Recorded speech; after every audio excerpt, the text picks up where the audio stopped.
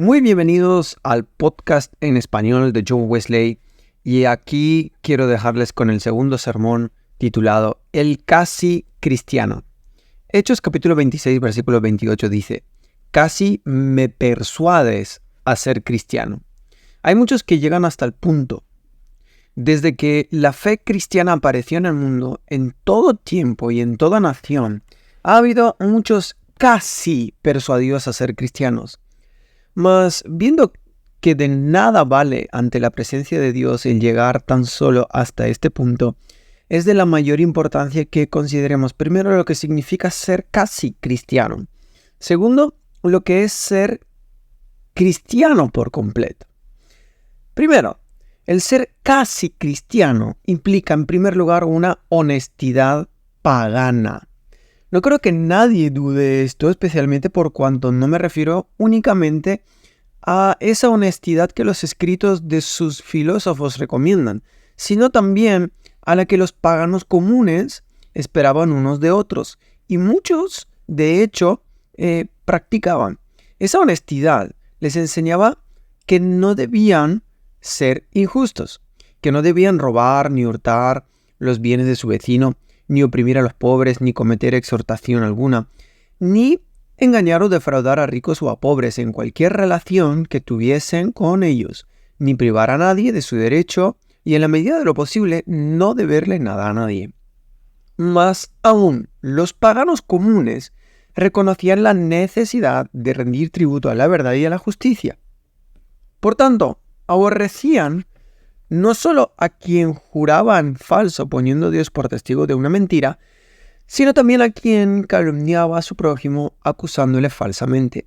Y tampoco tenían en gran estima a los mentirosos de toda suerte, a quienes consideraban deshonra del género humano y plaga de la sociedad.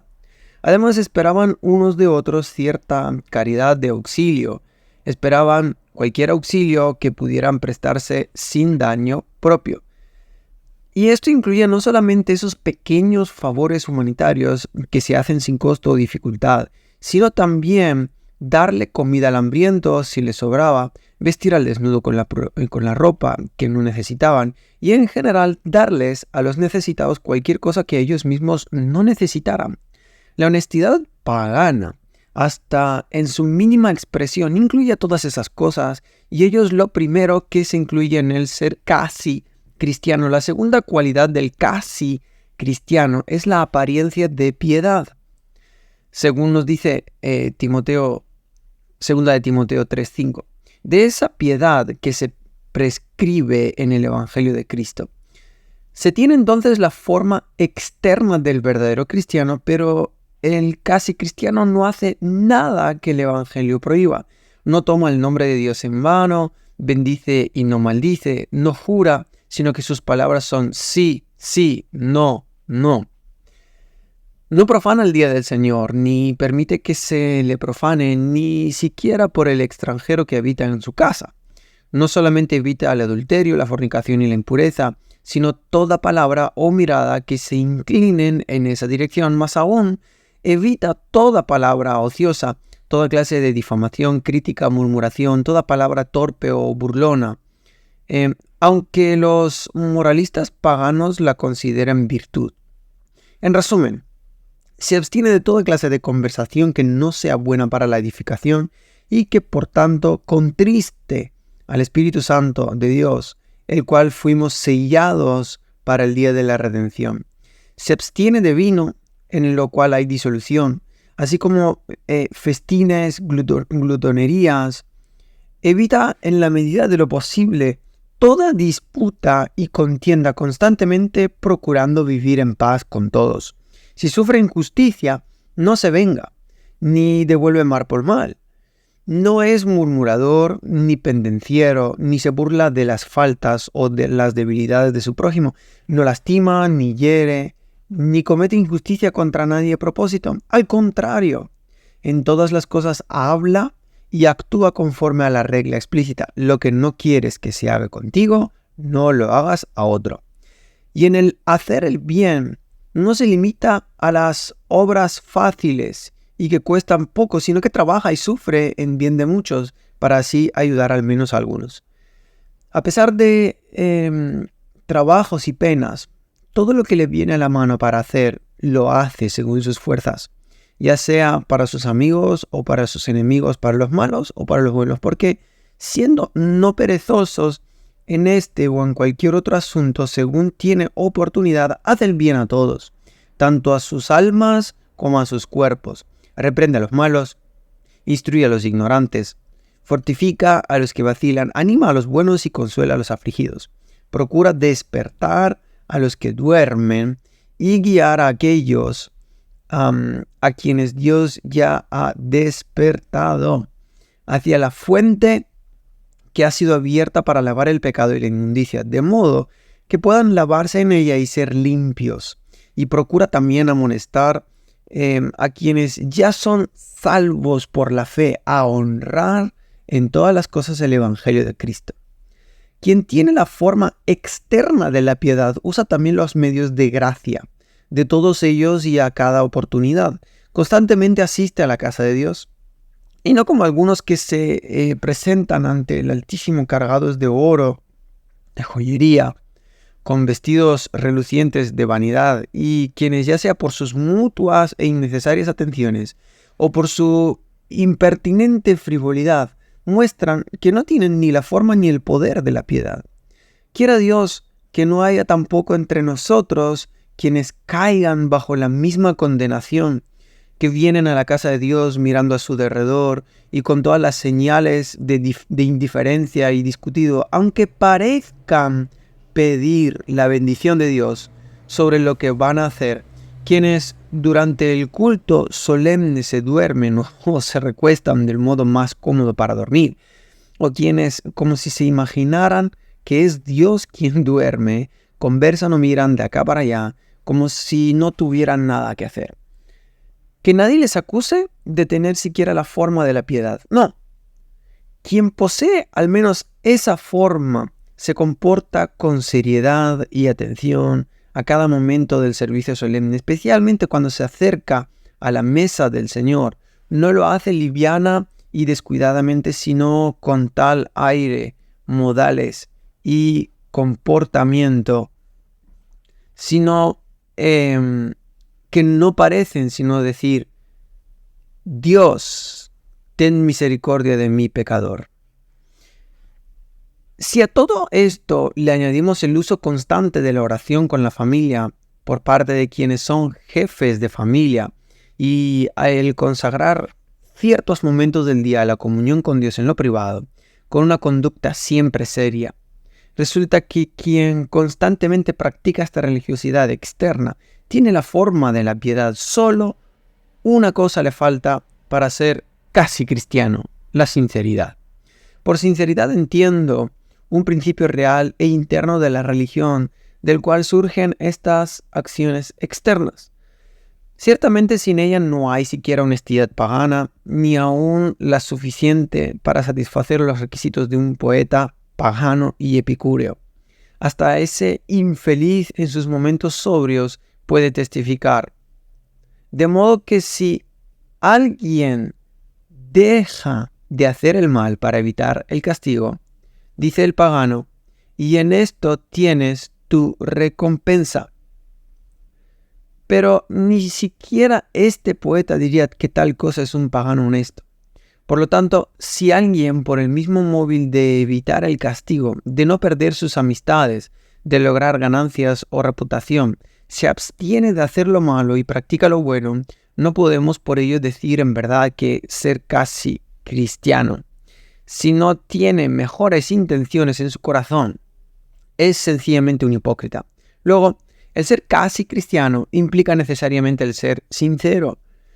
Un verdadero deseo de servir a Dios, un firme propósito de hacer su voluntad.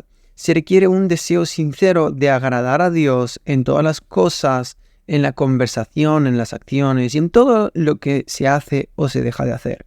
Tal propósito, si se ha de ser casi cristiano, tiene que afectar el tono de la vida entera. Tal ha de ser el principio que le impulse a hacer el bien, a abstenerse del mal y a usar de las ordenanzas de Dios. Pero probablemente alguien preguntará: ¿será posible ir tan lejos y sin embargo no ser más que casi cristiano? ¿Qué más puede requerirse para ser completamente cristiano? Respondo, en primer lugar, que es tanto por los oráculos divinos como por el testimonio claro de la experiencia, que sé que es posible hacer todo esto y sin embargo no ser más que casi cristiano. Hermanos, mucha franqueza tengo con vosotros y perdónenme este agravio. Si declaro mi locura desde los tejados de las casas, para bien de ustedes y del Evangelio, permítanme hablarles francamente de mí mismo, como si hablara de otra persona cualquiera. Estoy dispuesto a humillarme para que ustedes sean exaltados y a ser todavía más vil para que Dios sea glorificado. Por muchos años llegué hasta el punto, como muchos de ustedes pueden testificar, diligentemente huí de todo mal, tratando de tener una conciencia limpia, redimiendo el tiempo, aprovechando toda oportunidad de hacer bien a todos, constante y celosamente usando de todos los medios de gracia, tanto públicos como privados, buscando una conducta firme y seria en todo tiempo y todo lugar, y testigo me es Dios, ante quien ahora estoy, de que hacía todo esto sinceramente con un verdadero propósito de servir a Dios, un firme deseo de hacer su voluntad, de agradar en todo a quien me había llamado a pelear la buena batalla y a echar mano de la vida eterna. Y sin embargo, mi propia conciencia por el Espíritu Santo me es testigo de que durante todo ese tiempo no era yo, sino casi cristiano. Si se pregunta, ¿qué otra cosa además de esto se requiere para ser completamente cristiano? Yo respondo, en primer lugar, amar a Dios. Porque así dice su palabra, amarás al Señor tu Dios con todo tu corazón y con toda tu alma y con toda tu mente y con todas tus fuerzas. Tal amor de Dios hinche el corazón. Si se posesiona de todos los afectos, llena el alma a plenitud y emplea todas las facultades hasta el máximo. El espíritu de quien así ama a Dios continuamente se regocija en Dios, su Salvador. En el Señor está su delicia, en su Señor y su todo, a quien da gracias en todo. El nombre y la memoria del Señor son el deseo de su alma. Su corazón clama constantemente, ¿a quién tengo yo en los cielos sino a ti? Y fuera de ti nada deseo en la tierra. Ciertamente, ¿qué puede desear sino a Dios? No el mundo ni las cosas del mundo, porque el mundo le ha sido crucificado y él al mundo. Ha sido crucificado al deseo de la carne, al deseo de los ojos y el orgullo de la vida. Sí, está muerto a toda clase de orgullo porque el amor no se envanece. Al contrario, porque permanece en amor, permanece en Dios y Dios en él. Se considera a sí mismo menos que nada. La segunda señal del verdadero cristiano es el amor al prójimo, porque así lo dice el Señor en las siguientes palabras: amarás a tu prójimo como a ti mismo.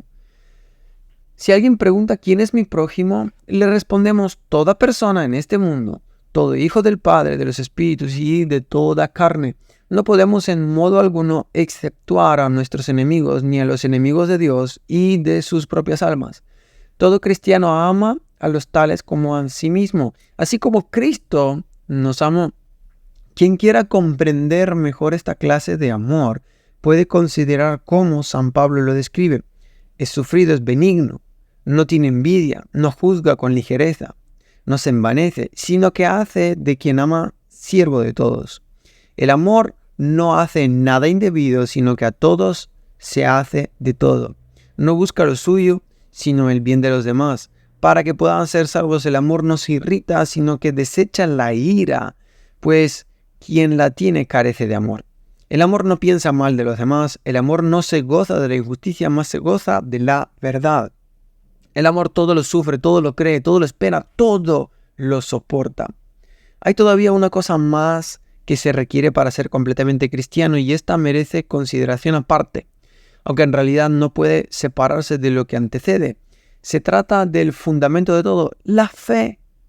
Excelentes cosas se dicen de ella en los oráculos de Dios. Todo aquel que cree que Jesús es el Cristo es nacido de Dios, dice el discípulo amado. A todos los que le recibieron, a los que creen en su nombre, les dio potestad de ser hechos hijos de Dios. Y que esta es la victoria que vence al mundo, nuestra fe. Sí, nuestro Señor mismo declara que el que cree en el Hijo tiene vida eterna y no vendrá a consideración, mas ha pasado de muerte a vida. En esto, que nadie engañe a su propia alma, ha de notarse que la fe no produce arrepentimiento, amor y buenas obras. No es la fe viva y verdadera de que hablamos aquí, sino una fe muerta y diabólica. Porque hasta los demonios mismos creen que Cristo nació de una virgen, que hizo toda suerte de milagros declarando que era Dios, que por nosotros sufrió muerte dolorosísima para redimirnos de la muerte eterna, que se levantó al tercer día, que ascendió al cielo y está sentado a la diestra del Padre, y que al fin del mundo vendrá de nuevo para juzgar a los vivos y los muertos. Los demonios creen estos artículos de fe, así como todo lo que está escrito en el Antiguo y en el Nuevo Testamento, y a pesar de toda esta fe, siguen siendo demonios, permanecen en su estado de condenación porque les falta la verdadera fe cristiana. Utilizando el lenguaje de nuestra propia iglesia, la correcta y verdadera fe cristiana no consiste solo en creer en las Sagradas Escrituras y los artículos de fe, dicen verdad, sino que también en tener una plena seguridad y completa certeza de que Cristo nos salva de la condenación eterna.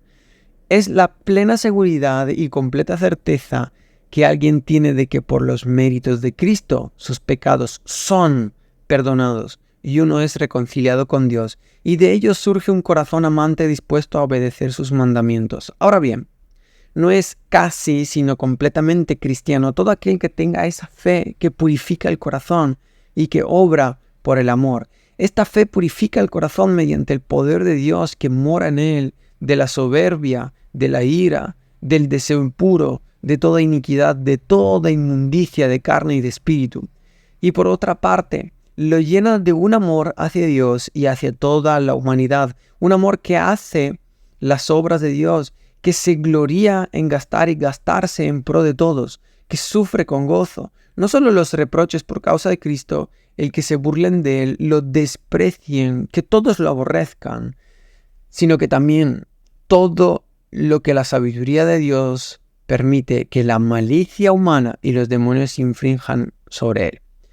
¿Quiénes son los testigos vivientes de estas cosas?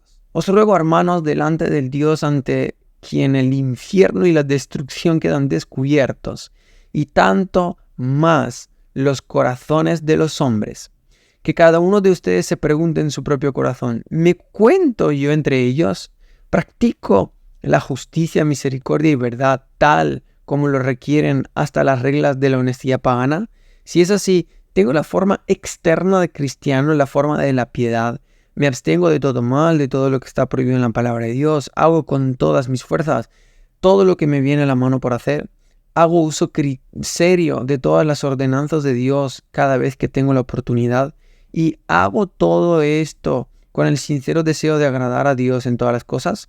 ¿No tienen muchos de ustedes la conciencia de nunca haber llegado tan lejos? ¿De no haber llegado siquiera a la medida de la honestidad pagana? ¿O al menos de no haber alcanzado la forma externa de la piedad cristiana? Pues mucho menos ha visto Dios sinceridad en ti.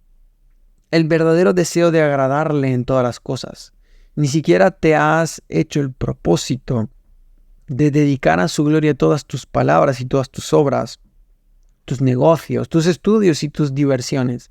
Ni siquiera te has propuesto ni deseado que todo lo que hagas sea hecho en el nombre del Señor Jesús, de modo que sea glorificado espiritual, aceptable a Dios por medio de Jesucristo. Pero aún suponiendo que lo hayas hecho, ¿bastará con los buenos propósitos y los buenos deseos para ser cristiano? Ciertamente no, si no se ponen en práctica. Como alguien ha dicho, el infierno está empedrado de buenas intenciones. Queda todavía pendiente la gran pregunta, ¿está tu corazón lleno del amor de Dios? ¿Puedes clamar, mi Dios y mi todo? ¿Es Él todo tu deseo? ¿Estás feliz en Dios? ¿Es Dios tu gloria, tu delicia, tu corona de gozo? ¿Tienes escrito en el corazón el mandamiento, el que ama a Dios, ame también a su hermano? ¿Amas antes a tu prójimo como a ti mismo? ¿Amas a todos como a tu propia alma, inclusive a tus enemigos y hasta los enemigos de Dios? ¿Les amas como Cristo te amó? Sí. ¿Crees que Cristo te amó a ti y que se entregó a sí mismo por ti? ¿Tienes fe en su sangre?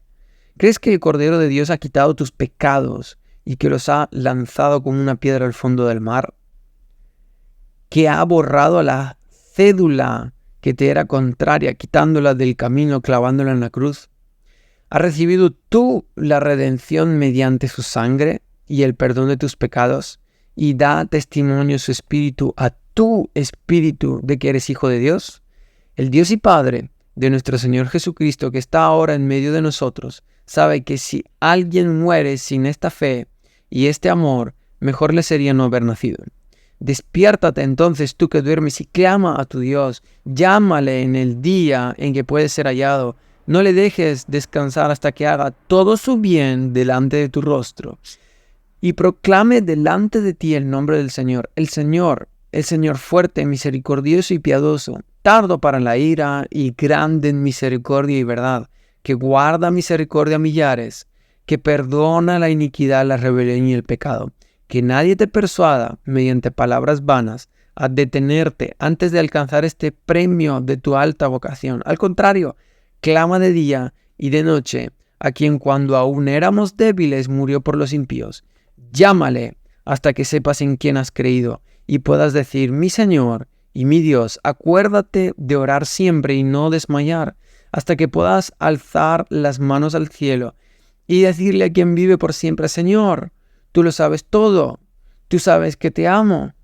Quiera Dios que todos los que aquí estamos lleguemos a ser lo que es ser, no ya casi, sino completamente cristianos, justificados gratuitamente por su gracia, mediante la redención que es en Jesús, sabiendo que tenemos paz para con Dios mediante Jesucristo, gozándonos en la esperanza de la gloria de Dios y teniendo el amor de Dios en nuestros corazones por el Espíritu Santo que nos es dado.